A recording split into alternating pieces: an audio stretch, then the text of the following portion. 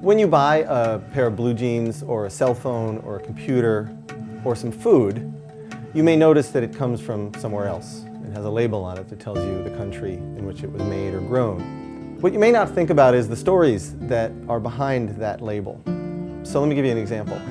We did some investigations a couple years ago for some clothing companies that were making t-shirts in India. We found that the factories where these t-shirts were coming from employed young girls between the ages of 12 and 15 who worked for 3 years in hopes of getting paid $750 at the end of their 3-year period.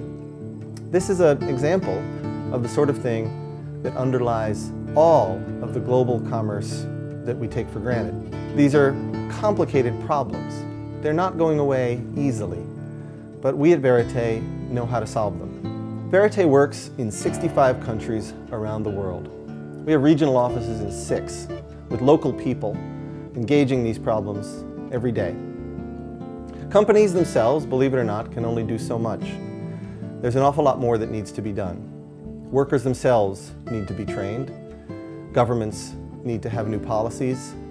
Consumers need to have new information. Investors need to know how they can change the practices of the companies that they invest in. The Well-Made campaign is the way in which Verité is going to magnify its impact, and for that we need your help. Over the past few years, Verité has trained 100,000, mostly women workers in southern Chinese factories.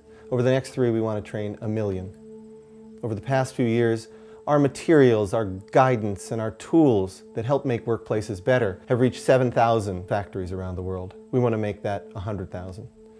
Working together, we can make sure that the global economy truly works for vulnerable people around the world. And only then can we say that the goods that we buy and the food that we eat is truly well made.